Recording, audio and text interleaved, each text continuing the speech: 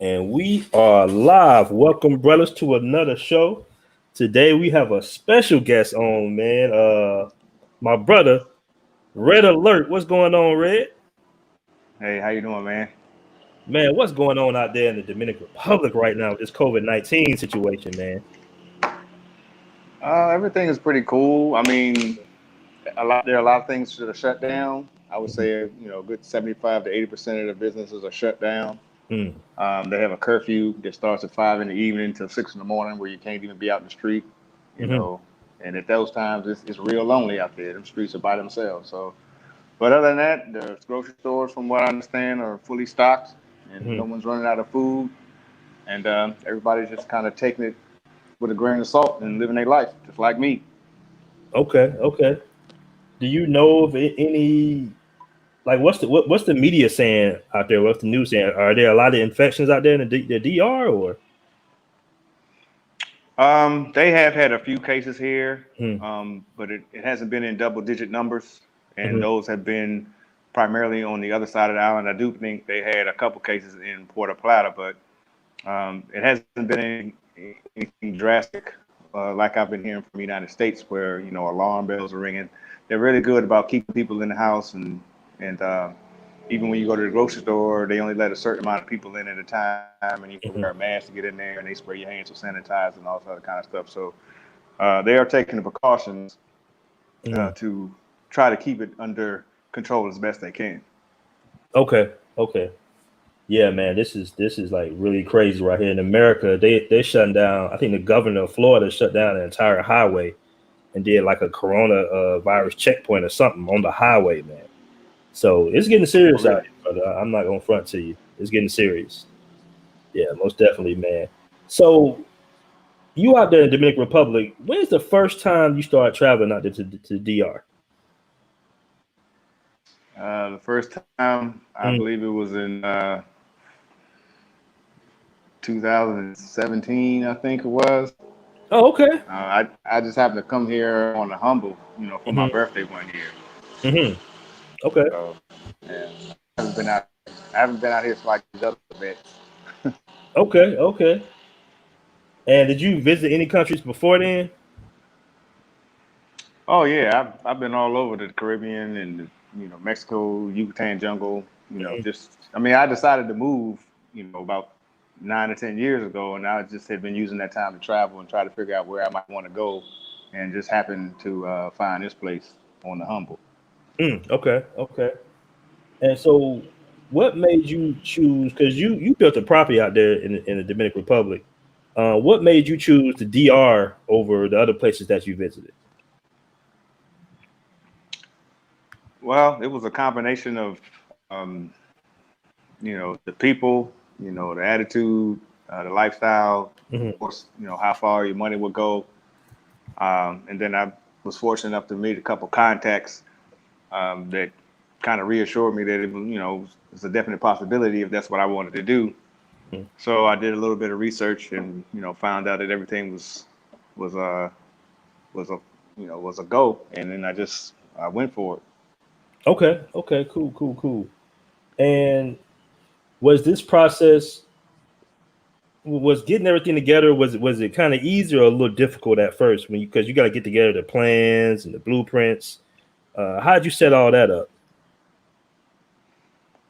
Well, it wasn't that hard because I designed everything. So Oh, awesome. Okay. the only person I had to argue with was me. Um, Okay. Yeah. but I mean, I've heard horror stories, and Mhm, I'm pretty sure that some people have had some problems. I'm not saying that my whole experience was smooth as silk, because mhm. I think anything you do, you're going to have some resistance and some problems here or there. But it wasn't anything that would deter me from what I wanted to do, and it was all manageable. I Okay. mean, I went into it knowing that there were going to be pitfalls and ups and downs and things like that. So, I just rolled with the punches and kept it moving. Okay. And is it good to like did you buy your lot of land first out there and then you started to build your house? Yeah, I found the land first hmm and bought that, and then after that, I gathered my workforce, Mhm. and gave them the designs to the head engineer. We put those down on paper and we broke ground, and I was here every day as it took off the whole process. So it wasn't that bad. That's excellent, man. That's excellent. And how'd you did you hit like a real estate agent or something to find the property, to find the actual land, or you just walked around and just looked at different signs? No, I just walked around in the country and where actual Dominicans live. I mean, you'd be surprised how much land is for sale out in the country in the mountains.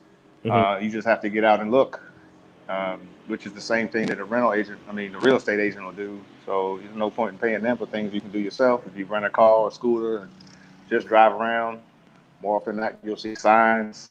But when people get the idea that you're looking, then they'll start coming to you, and Hmm. you won't have to worry about all that. But I just walked around, and so a lady came to me and said, "Oh, I heard you looking for some land," and the rest went from there. Okay, okay. And generally speaking, because you're near the beach, right? I know you're up in the mountains a little bit, but you kind of close to the beach. Yeah, I'm about 5 minutes from the beach. Okay, okay. And it's like, is land like super expensive out there, or is it manageable? I know it depends on how much land you No, get, I mean, well, yeah, I mean it's manageable. I mean, when I bought mine, it was $10 a meter. So but I mean, okay, as long as you're not trying to buy a football field, I guess you can work with that. right, right, right. And okay, with the land, is it like in America? Do you have to pay property taxes every year on that property? No, you buy the land and you pay tax at one time when you buy it. If it's empty, then of course it's going to be a lot less tax you pay if it has a structure on it. But Mhm. you pay that one tax and that's it. That's awesome. That's awesome because property taxes in this country can be really expensive. I mean, this country period is getting expensive. I was telling you earlier, man, that rents in Atlanta have skyrocketed in the last couple of years. Man, you paying a little bit over like 1,400 a month for a one bedroom in some parts of the city right now. What city you from, brother? I'm from DC. Okay, okay. Oh, so you know about it then. I already know DC is very expensive. Yeah, and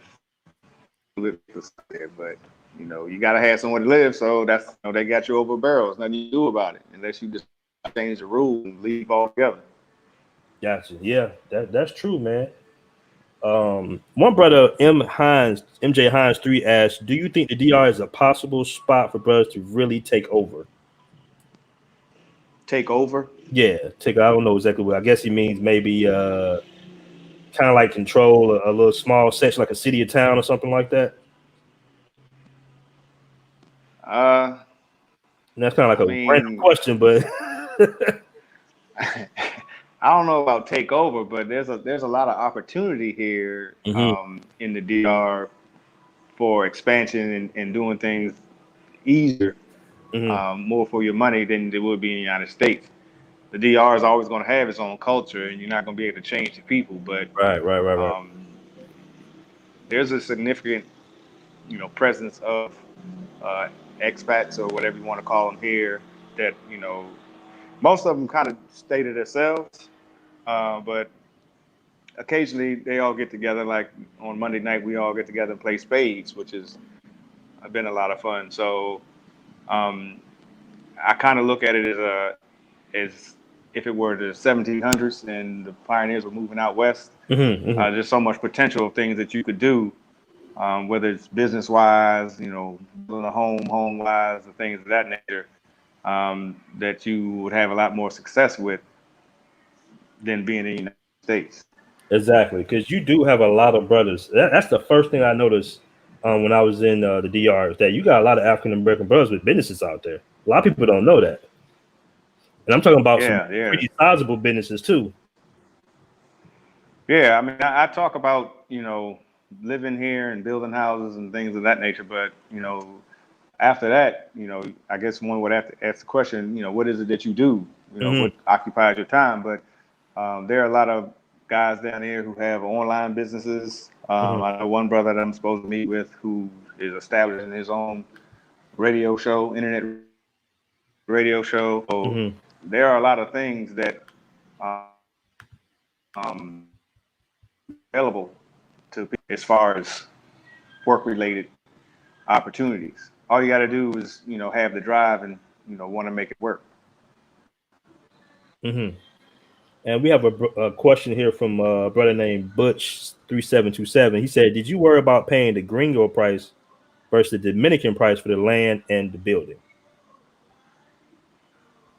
Gringo price. No, I didn't really worry about that too much. Mm-hmm. What I try to do is endear myself with the people, which Mm-hmm. is my neighborhood, if that's what you want to call it.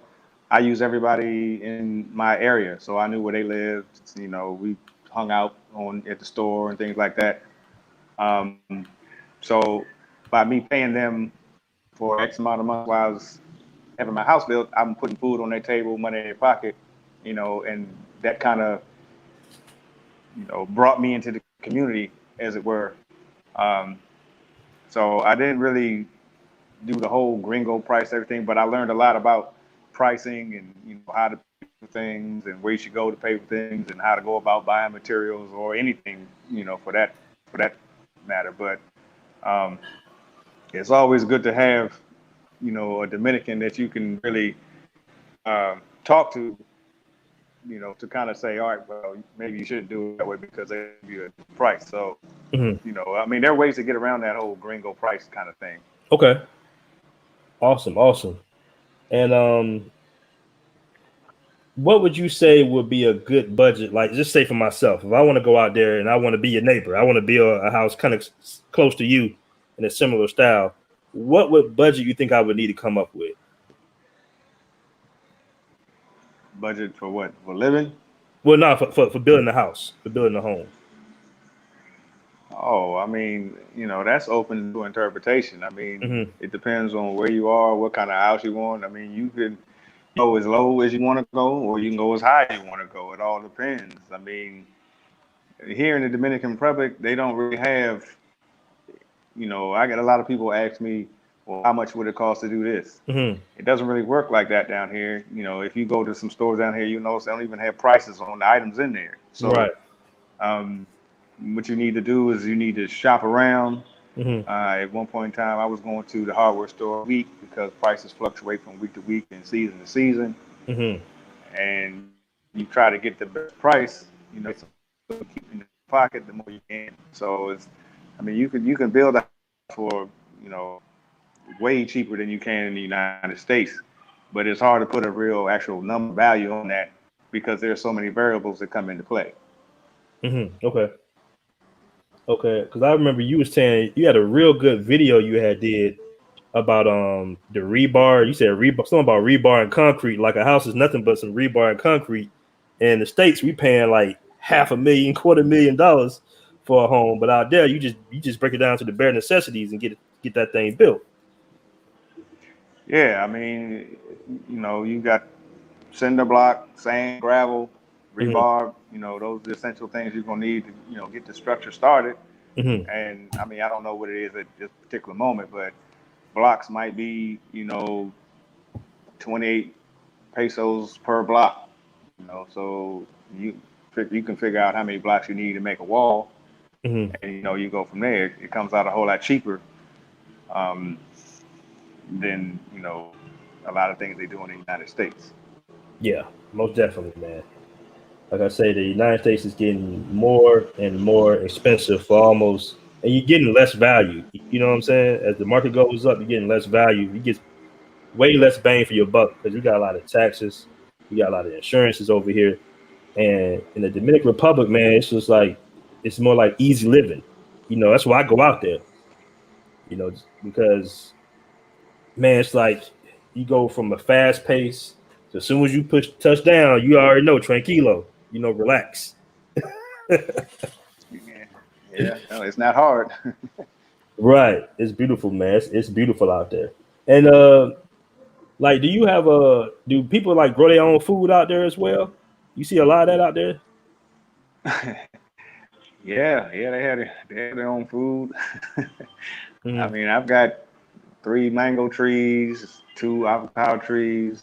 I just planted a whole bunch of corn there, so it's you can grow your own food depending on soil around your house, what that's looking like. But a lot of people do grow their own food, and Mm-hmm. they'll eat it or they'll eat some and sell it to one of these people going around selling to a colmado or something like that. So Mm-hmm. you can be self-sufficient. I mean, I'm from the city, so I don't really know a whole lot about growing or Mm-hmm. farming or nothing like that. But if you do have that inclination, it is possible.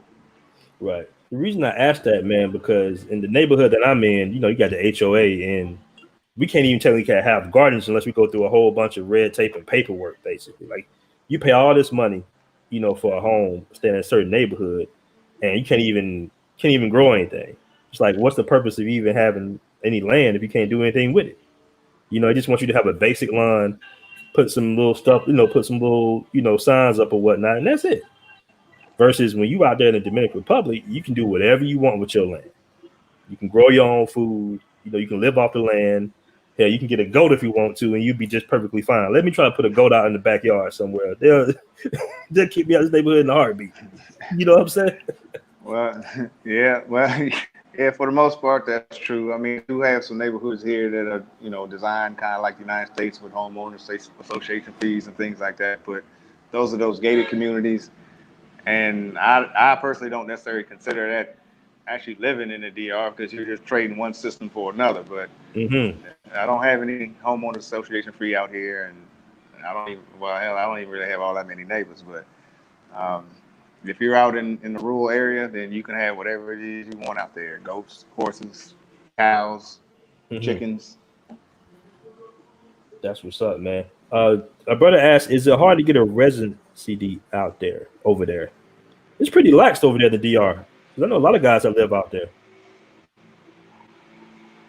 No, well, no, I mean it's time consuming. It takes a long time, but Mm-hmm. as far as Americans are concerned, or foreigners, it's not like if you don't have one that there's going to be a whole lot of problems. Mm-hmm.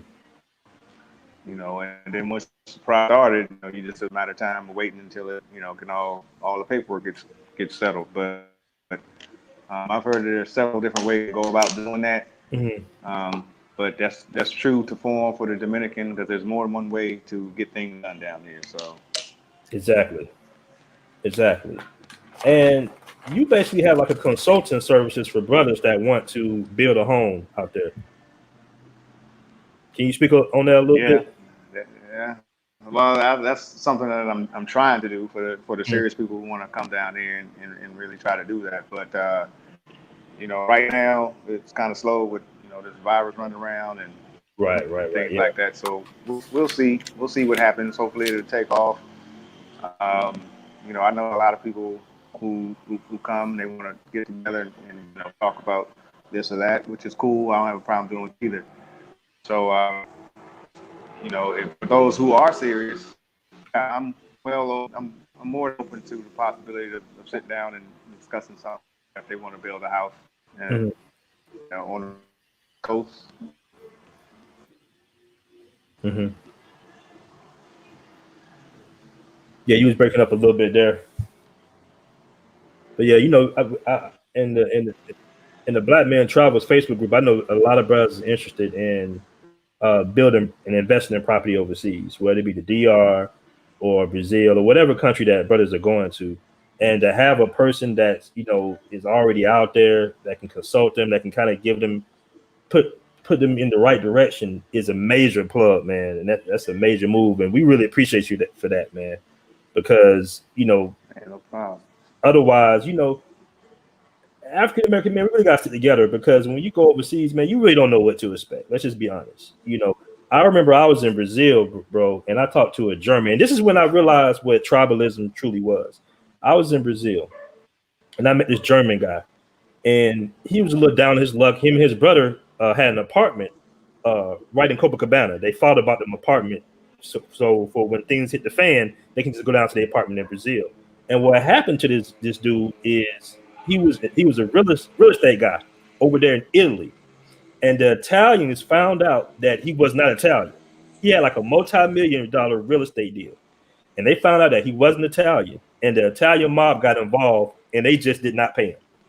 They just took Oh, his really? property. Yeah. And they were backed by the Wow. Italian. He was explaining to me that the mob is basically the government over there in Italy. So once they found out that he was German, out of here. You don't get nothing, not $1 for your services, for your property. We're just gonna take it. And a lot of brothers don't realize. We think everything is racism, but white folk have tribalism as well. He wasn't Italian, so they just weren't gonna pay him. So when you have a brother that's out there in this country, like you out there in the DR, man, you having being a consultant, that's a major move because brothers can feel rest assured that they taking they hard-earned money and they got somebody over there watching it, like trying to at least lead them in the right direction. So we really appreciate that, brother. Most definitely appreciate that, man. Because we know, you hear stories in the DR, about people buying properties and they buying property and the people they bought it from wasn't the true owner. They trying to build something and then somebody else shows up and say, "Hey, man, what are you doing?" They say, "Hey, man, I bought this. I'm building on my property." He's like, "That you didn't pay me nothing." So it's a lot of schemes and scams all over the world. But that's definitely a good thing, man. If you hear that. Oh, it happens. It happens. But I think 90% of that is because a lot of people that I meet and talk to when they come down here, they still expect things to work like wherever it was they came from, and they tend to forget it's a different country. It's a third world country, and things don't operate on the same principle as they do in the States or Europe or wherever it is you came from. But whether it's naivete or what, they just automatically assume, all right, this person is going to, respond like this because that's the way it's done. But that's not how it's done here. So you have to be, aware of that. And, and then a lot of people come down here and they want a whole lot of information and then, they don't want to pay for the information. So, it happens on both sides. So it's not just, people here taking advantage. People who come over here try to take advantage as well. So, I mean, it's a thin line that you got to walk when you deal with all that kind of stuff. Right. And you are you in Sosua or Puerto Plata? Like, where exactly are you at as far as the location? Sosua. Okay, so they got a new mayor. They got a new mayor out there, right? Yeah, they got a new mayor, and we'll see. Well, he doesn't take office until I think the 24th of April or something like that. So he's okay. Right now it's like transition. Yeah, you happy about the new mayor, man? Yeah. It doesn't make a difference to me. I didn't get into politics in the States, so I'm sure we're not going to get into it over here. So right. A lot of the changes that he's probably going to make really won't have any effect on me. I mean, that has to do with tourist areas and things like that. So all I can say is I hope he does, some good for, people and the infrastructure, get some of these roads together. But they have been making some strides. They've had a lot of construction, a lot of buildings being built. So we'll just have to wait around and see. True that, man. Man, I hope things kind of go back to, because I started going to DR into 2000 and either 18 or 17. I don't remember. It might have been 2018. And I still had fun recently out there. Don't get me wrong. But the first time I went to the DR, to Sosua, it was just off the chain, man. I'm like, wow, this is crazy. I just was not ready. And I had went to Brazil and Colombia, but people always ask me, it was like, man, why you go to DR so much? I'm like, man, it's just nothing else like it. Like you got the beach, you got the good food, the people are cool, and of course you got the icing on the cake. We all know what the icing on the cake is. It's a beautiful. And when I ran into you on the strip, man, you rode up on a bike. I'm like, oh, what's up, bro? What's going on with you, man?